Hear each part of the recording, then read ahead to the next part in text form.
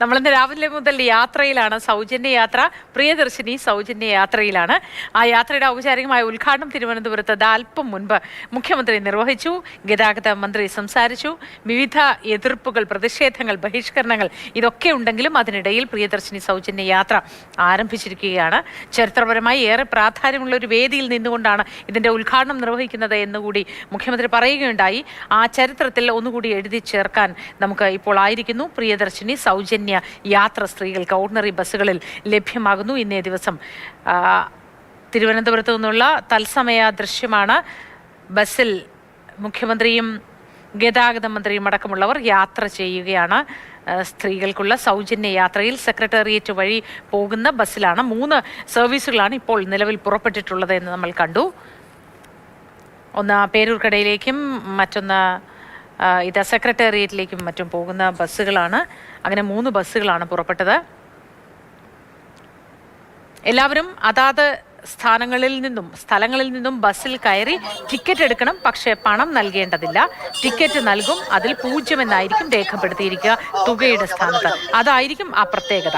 എത്ര യാത്ര നടത്തിയാലും സ്ത്രീകൾ യാത്ര നടത്തുമ്പോൾ അത് ഓർഡിനറി ബസ്സിൽ സൗജന്യമായിരിക്കും ഇനി മുതൽ. പ്രിയദർശിനി സൗജന്യ യാത്രയുടെ പ്രത്യേകത അതാണ്. ഇന്ന് ആദ്യ ബസ്സിൽ നമുക്ക് ഏറെ സന്തോഷം തരുന്ന ഒരു കാര്യം കൂടിയുണ്ട്. മുഖ്യമന്ത്രിയെയും വഹിച്ച് ഒപ്പം നിരവധി സ്ത്രീകളെയും വഹിച്ചുകൊണ്ടുള്ള ഈ യാത്രയിൽ സാരഥിയാവുന്നതും നമ്മുടെ സ്വന്തം ഷീല ചേച്ചിയാണ് എന്നതാണ്. വളരെ കാലങ്ങളായി KSRTC ബസ്സിനൊപ്പം ഉള്ളതാണ്. ഇന്നേ ദിവസം തന്നെ ഓർത്തതിൽ വലിയ സന്തോഷമുണ്ട് എന്ന് നേരത്തെ പറയുകയും ചെയ്തു. ഷീല ചേച്ചിക്കും കൊടുക്കാൻ നമുക്കൊരു വലിയ സല്യൂട്ട് അല്ലേ. കാശ് നൽകിയുള്ള യാത്രയ്ക്ക് ഒരു അവസാനമായിരിക്കുന്നു സ്ത്രീകൾക്ക്. ഒരുപാട് പ്രതിഷേധങ്ങൾ ചുറ്റുപാടിൽ നിന്നും വരുന്നുണ്ട്. എന്തുകൊണ്ട് സ്ത്രീകൾക്ക് മാത്രം ഇത്തരത്തിൽ, പുരുഷന്മാർക്ക് എന്താ പാടില്ലേ? മറ്റൊന്ന്, എല്ലാ സ്ത്രീകൾക്കും ഈ സൗജന്യം ലഭ്യമാകാത്തത് എന്താണ്? എല്ലാ ബസ്സുകളിലും ഈ സൗജന്യം കൊടുക്കാത്തത് എന്ത് തുടങ്ങി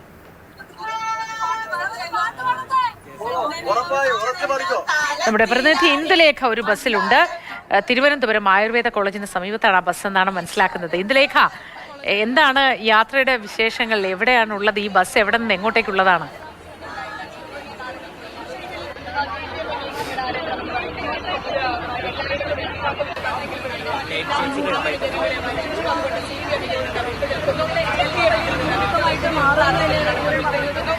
ഇന്ദുവിന് കേൾക്കാമോ?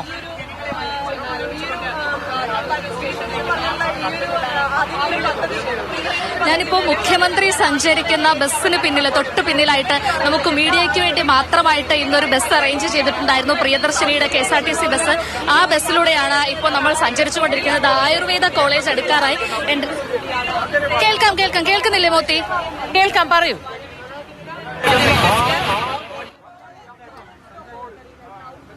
മോത്തി കേൾക്കാമോ?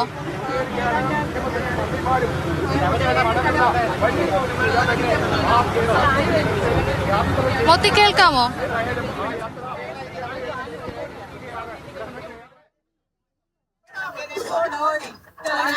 സഞ്ചരിച്ച പ്രിയദർശിനി ബസ് നമ്മൾ കണ്ടു. ആ ബസ്സിന് പിന്നാലെ തന്നെ മീഡിയയ്ക്ക് വേണ്ടി ഒരു KSRTC ബസ് പ്രത്യേകമായി അറേഞ്ച് ചെയ്തിട്ടുണ്ടായിരുന്നു. ആ ബസ്സിലാണ് ഞാനിപ്പോൾ യാത്ര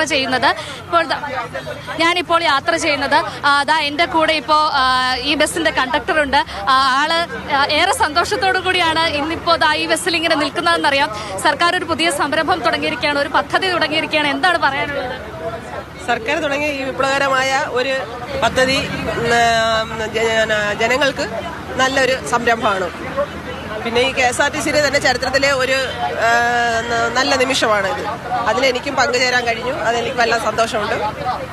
ഓരോ ദിവസവും ഒരുപാട് സ്ത്രീകളെ ചേച്ചി ബസ്സിൽ ഇങ്ങനെ കാണാറുണ്ടാവും. വീട്ടമ്മമാര്, കച്ചവടത്തിന് പോകുന്നവര്. അപ്പൊ അങ്ങനെയുള്ളവരുടെ ഒക്കെ ദുരിതത്തിന് ഒരു വലിയ ആശ്വാസമാണ്. വലിയ ആശ്വാസമാണ്. അതേ കണക്കിന് യാത്ര ചെയ്യുന്ന ഡെയിലി ജോലിക്ക് പോണ സർക്കാർ ജോലിയല്ല, അല്ലാത്ത ജോലിക്കൊക്കെ പോകുന്ന ഒരുപാട് പേരുണ്ട്. അവർക്ക് ഒരു 13,000-14,000 രൂപ സാലറിയിലാണ് അവർ നിൽക്കുന്നത്. അതിൽ അവരൊരു 50-20% തന്നെ ഈ ബസ് ഫെയർ ആയിട്ട് പോകുന്നുണ്ട്.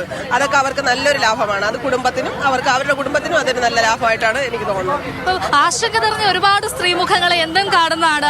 ഈ ചേച്ചിയുടെ പേരെങ്ങനെയായിരുന്നു? റീന. അപ്പൊ റീന ചേച്ചി ആശങ്ക നിറഞ്ഞ ഒരുപാട് സ്ത്രീമുഖങ്ങളെ എന്നും ഇങ്ങനെ ദിനം പ്രതി കണ്ടുവരുന്നതാണ്. പക്ഷെ ഇനി സന്തോഷം നിറഞ്ഞ ഒരു ആത്മസംതൃപ്തിയോട് കൂടി യാത്ര ചെയ്യുന്ന ഒരുപാട് പേര് ചേച്ചിയുടെ ബസ്സിൽ കാണാൻ സാധിക്കും. അക്കാര്യം നമുക്ക് ഉറപ്പാണ്. കാരണം ആ തമ്പാനൂർ ബസ് സ്റ്റാൻഡിന് മുൻവശം ഒന്ന് കാണണമായിരുന്നു. ഒരു ജനപ്രളയമായിരുന്നു അവിടെ എന്ന് തന്നെ പറയാം. സ്ത്രീകളും പുരുഷന്മാരും അടക്കം ഒരുപാട് പേര്. മുഖ്യമന്ത്രി വി ഡി സതീശനും ഗതാഗത മന്ത്രിയും ഒക്കെ ആദ്യത്തെ പ്രിയദർശിനി ബസ്സിൽ കയറുമ്പോൾ അവരുടെ മുഖത്തുണ്ടായ ഒരു ആത്മവിശ്വാസവും ഒരു ചാരിതാർത്ഥ്യവും ഉണ്ടായിരുന്നു.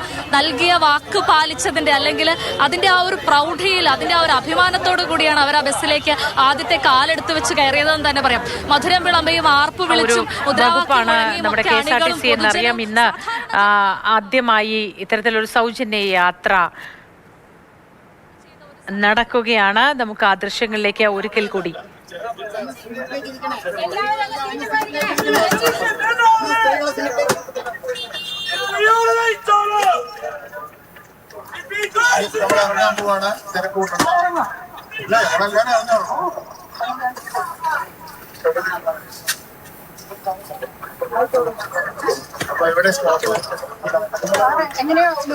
പ്രിയദർശിനി സൗജന്യ യാത്ര അതിന്റെ ആദ്യ ദിനം, ആദ്യ യാത്രയിൽ മുഖ്യമന്ത്രിയും ഗതാഗത മന്ത്രിയും ഒരേ സീറ്റിലിരുന്ന് യാത്ര ചെയ്യുകയാണ്. അല്പസമയത്തിനകം തന്നെ സെക്രട്ടേറിയറ്റിലേക്ക് അവരെത്തും. മുഖ്യമന്ത്രിയും മന്ത്രിമാരും ഉണ്ട്. തൊട്ട് പിന്നിൽ മന്ത്രി തുളസി അടക്കമുള്ളവരുണ്ടെന്നാണ് മനസ്സിലാക്കുന്നത്. ഒരുപാട് പ്രവർത്തകരും ഉദ്യോഗസ്ഥരും ജീവനക്കാരും അടക്കമുള്ളവർ ഈ ബസ്സിലുണ്ട്. സ്ത്രീ ശാക്തീകരണ മുന്നേറ്റത്തിന്റെ ഭാഗമായുള്ള ആദ്യ ചുവടുവയ്പ് ഈ സർക്കാരിൻ്റെതായി വന്നത് ഈ സൗജന്യ യാത്രയാണ്.